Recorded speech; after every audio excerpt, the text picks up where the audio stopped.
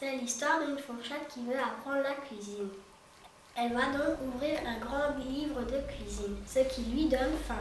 Elle décide de se préparer rapidement un repas avec les ingrédients du jardin, du réfrigérateur et du placard. Elle trouve du romarin, du citron, des pommes, du miel, du céleri, de la vanille, des épices pour le couscous, de la fleur de sel, du sucre de canne, de la menthe, du chocolat noir, du café, de la lavande, de la confiture de quetch, du vinaigre, du poivre, atchoum, de l'anis étoilé, de la sauge, du chocolat au lait, du laurier, des algues, du thym, des clous de girofle, de la fleur d'oranger.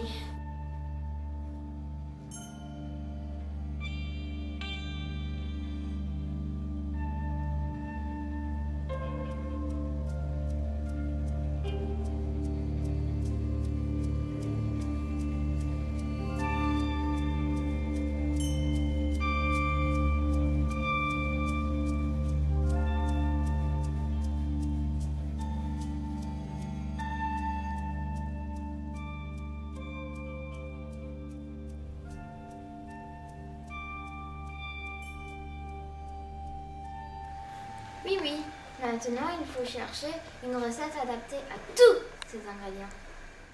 Tout cela donne soif. Et pour se réchauffer, elle décide de faire une tisane réchauffante. Elle fait chauffer de l'eau et prépare un brin de romarin, un petit bouquet de menthe, pourquoi pas quelques feuilles de sauge, quelques fleurs de lavande, la lavande et sans hésiter un brin de thym. Son petit secret, pour l'avoir, elle va ajouter une grande cuillère de miel et une petite rondelle de citron. Mais ça, chut. Que c'est bon. Puis, elle ouvre le réfrigérateur et prend un gros poulet. Elle veut le faire cuire au four avec du curry, mais elle n'en a pas. Alors, elle décide d'aller en chercher en aide.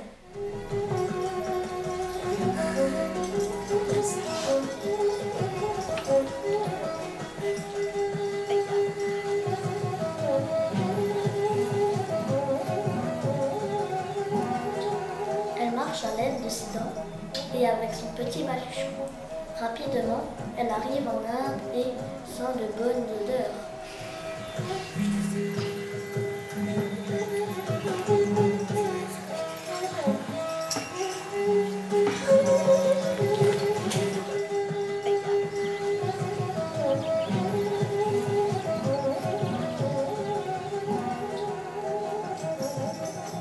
Madame l'assiette la reçoit et lui dit: Bonjour, je n'ai pas beaucoup de temps.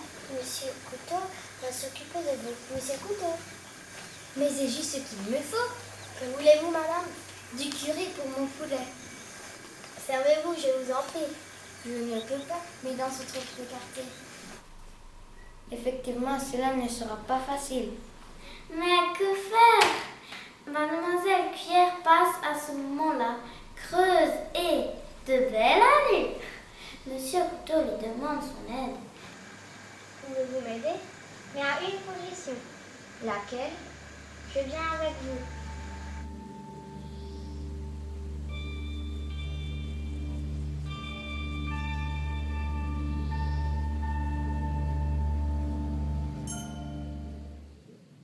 Soit, il ne faut plus perdre de temps.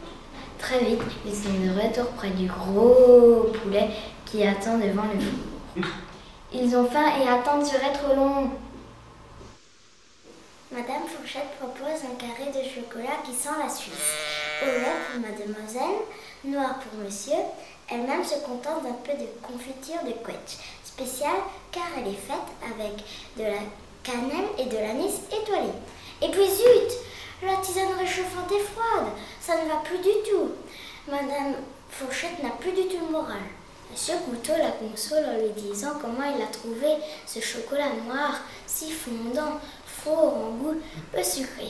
Il lui explique qu'il aime un sucre doré dont il ne connaît pas le nom. C'est du sucre de canne. Oui, c'est ça, comme du pain d'épices.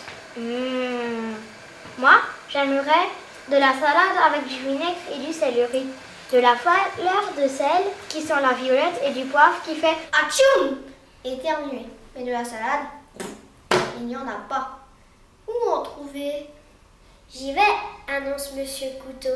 À la vitesse de l'éclair, il revient avec une énorme laitue. Vite faite, bien faite. La salade est lavée, assaisonnée et dégustée.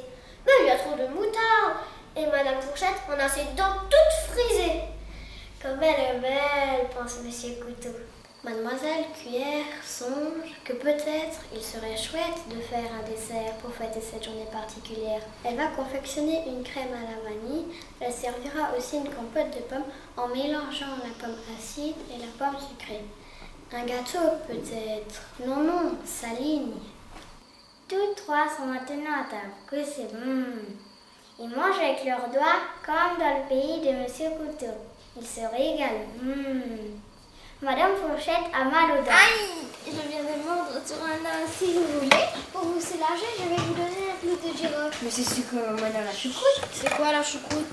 En Inde, on ne mange pas cela. Que manges-tu alors? Des poissons avec des algues. D'ailleurs, j'en ai vu dans votre placard. Moi, j'aime le couscous bien épicé, dit Madame Cuillère.